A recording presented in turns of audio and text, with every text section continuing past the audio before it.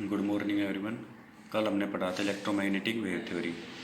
आज हम पढ़ेंगे limitations of electromagnetic wave theory. क्या क्या कमियाँ थी इलेक्ट्रोमैग्नेटिक वेव थ्योरी में।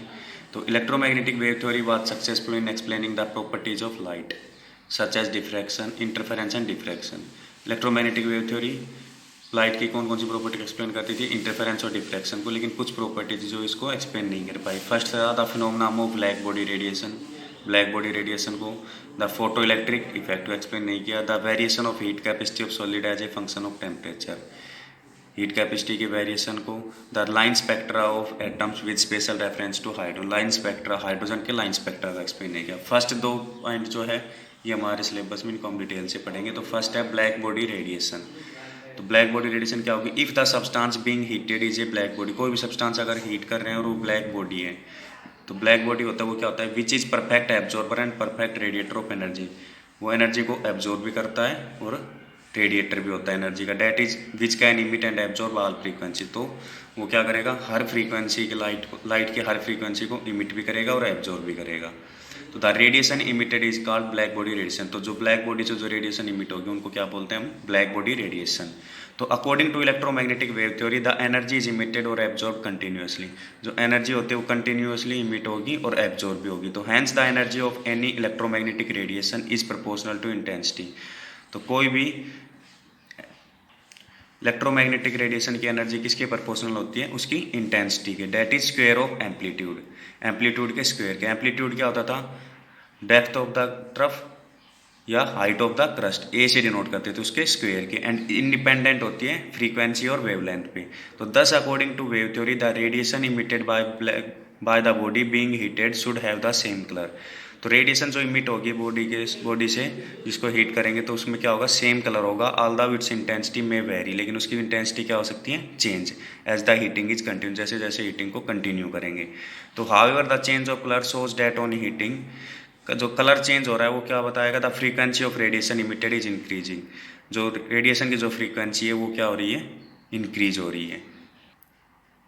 The variation of intensity with wavelength at two different temperature.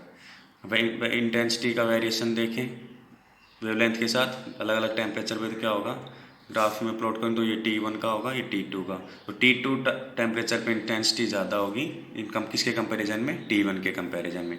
तो at a given temperature intensity of radiation emitted increases with decrease of wavelength.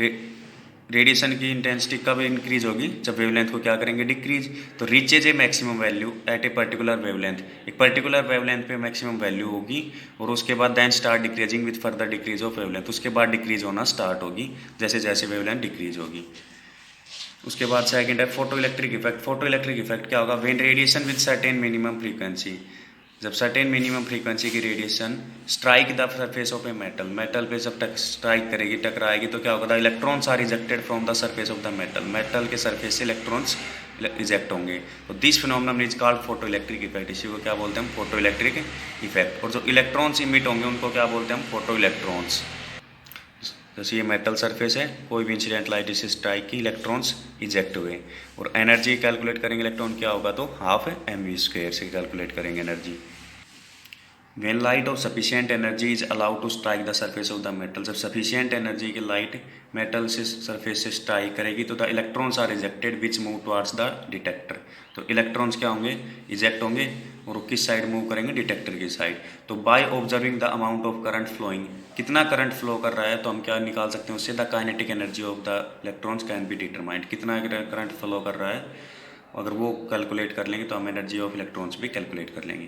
तो however the following three important facts are observe about the photo electric effect.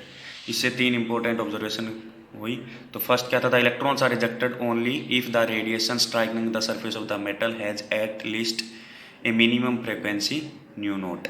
क्या होगा, जो electrons eject कब होंगे, ejected only if the radiation, जो radiation strike हो रही है मेटल से उसके पास क्या हो, मिनिमम फ्रीक्वेंसी हो, म्यू नोट।